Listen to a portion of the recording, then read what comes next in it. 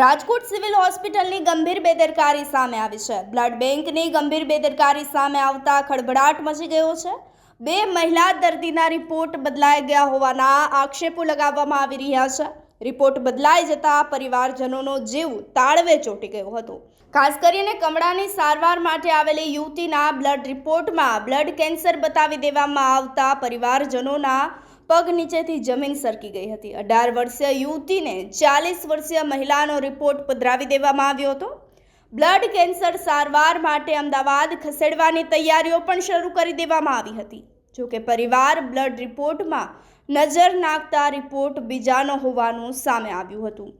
જોકે હવે સમગ્ર મામલે સિવિલ હોસ્પિટલના સુપ્રિન્ટેન્ડન્ટનું નિવેદન પણ સામે આવ્યું છે, તે સાંભળી લઈએ।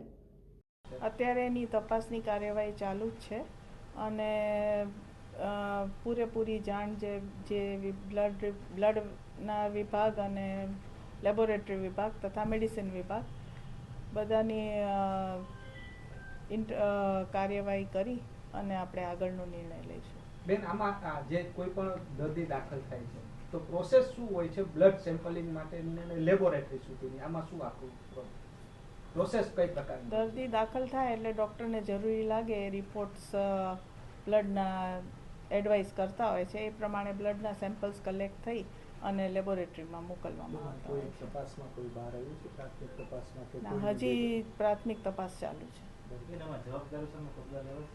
જવાબદારી જો કોઈની આવશે તો 100% પગલાં લેવાશે। બેન, અનેક વખત એવું પણ થતું હોય છે, દર્દીએ પણ આપને કોઈ ફરિયાદ નહીં કરી હોય, તેની પાછળના કારણો એવા છે, દર્દીઓને ડર લાગે છે કે કાલ સવારે હું ફરિયાદ કરીશ અને ડોક્ટર મારી દીકરીને કંઈ કરી નાખશે તો, કારણ કે મેં પોતે દર્દીના માતા સાથે વાત કરી। દર્દીઓ તો નિયમિત રીતે આવું કંઈ થાય તો જાણ કરતા જ હોય છે અને ફરિયાદ ના કરે એવું તો બને નહીં। જો એને ન કરી હોય તો આ વસ્તુ કદાચ મીડિયા સુધી આવી જ ના હોય, એટલે એને ફરિયાદ તો કરી જ હોય, પણ મારા સુધી નથી પહોંચી ફરિયાદ। સમગ્ર ઘટના ખૂબ જ ગંભીર હોવાની વાત જે છે તે સુપ્રિન્ટેન્ડન્ટ દ્વારા કરવામાં આવી રહી છે। પરિવારે હજુ સુધી કોઈ ફરિયાદ કરી ન હોવાની વાત પણ તેઓ કરી રહ્યા છે।